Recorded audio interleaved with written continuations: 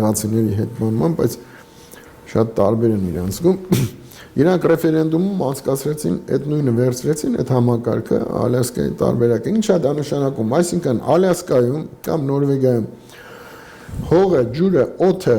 բոլոր բնական հանրությունները եւ այլ դրանք ազգային սեփականություն են։ Իրանք են որոշում ում տալ շահագործման եւ դիվիդենդ վերցնել 20% դիվիդենդը։ Ժողովուրդը ամբողջ ժողովուրդը ինքը կառավարման միավոր չի բանալու։ Ոչ, ժողովուրդը ասելով դա օրինակի համար։ Այնուք պետությունը։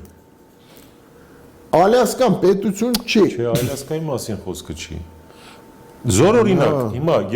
Հայաստանն ունի ներողություն, հանքեր։ Այդ հանքերը ում պետք է պատկանան։ Պատկանում է պետություն, Ոչ, պետությանը տալիս է այս կամ այն արտոնագրով կամ թույլտվությունով։ Ոչ, ամուրսարը շահ։ այդ է որ այդ սովետականը դուք խառնում եք։ Ով պետք է կառավարի այդ ընդերքը։ Եթե նայեք, պետությունը ասել է, պետությունը մի հատ հեռախոս է։ Պետությունը կառավարման համակարգ է եւ վարչակարգ ունի։ Okay։ Բայց այդ հեռախոսը, այդ պետությունը վերջի հաշվով ապրանք է, որը ունի իր տերը։ Երբ որ մեր զրույցի սկզբում ասացի ռազմավարական նշանակության միջոցները, միջոց այդ նշանակումը հող, ջուր, տրանսպորտի միջոցը, հանքը, այս գտնվում են մի քանի հոգու ձեռում եւ օտարերկրյա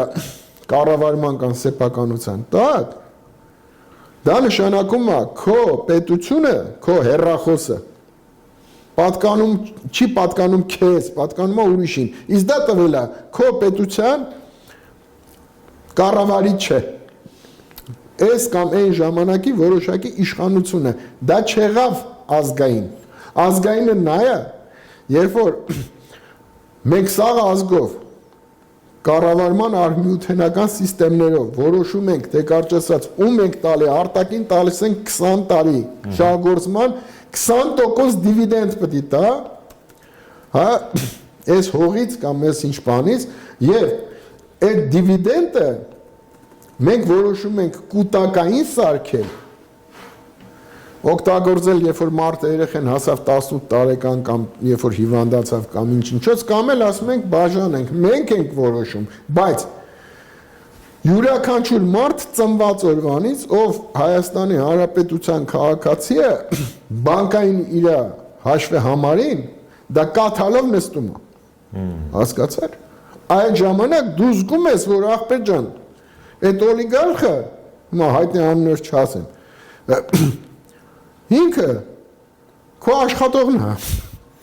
Տերը դու ես վարձով տվել, եւ դա քո սեփականությունն է, Իրանը չի։ Պլյուս դրան, ոչ մի չինովնիկ, իսկ չինովնիկից ավելի սարսափելի բան չկա։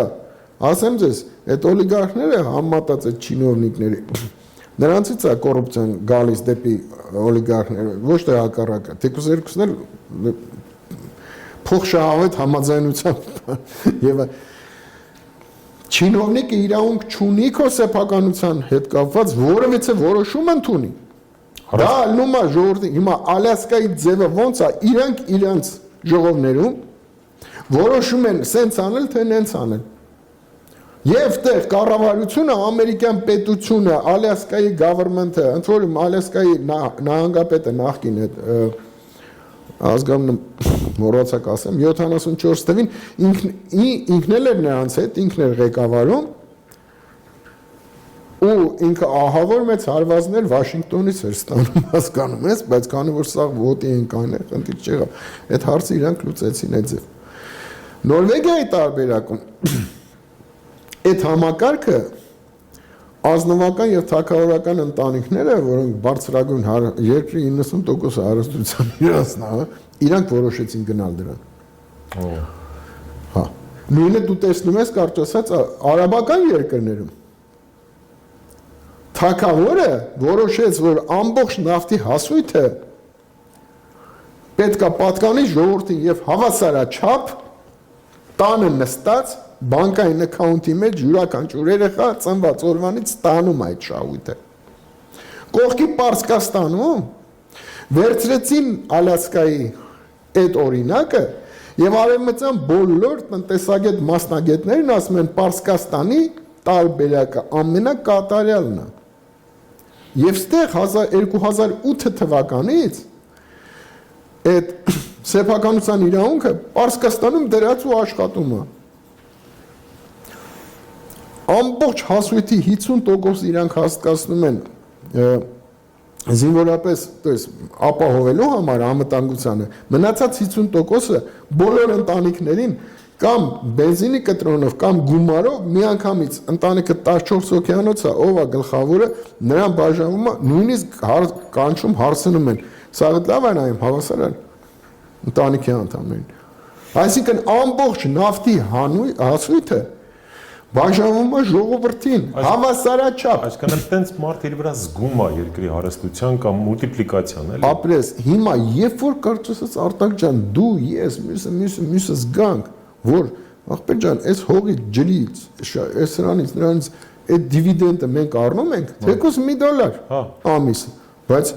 այդ տերը ես եմ։ Ու կարևորը Ու պլյուս դրան ես կարամ կարծեսած հավաքվենք, որոշենք, ասենք, լավ չի աշխատում էսի, հիմա 20 տարով ենք, բայց cancel ենք անում, հիմա տալիս ենք ուրիշին, տոին բանան դիվիդենդ ավելի շատ է տալի։ Հիմա մենք էլ որոշում ենք, չէ՞ կայացնում։ Երբ որ $1 դիվիդենդ դու զգաս, դու կզգաս, որ կարծես դու ես երկրի տերը, ոչ թե դա օդի մեջ գաղափարախոսություն է։ Հա։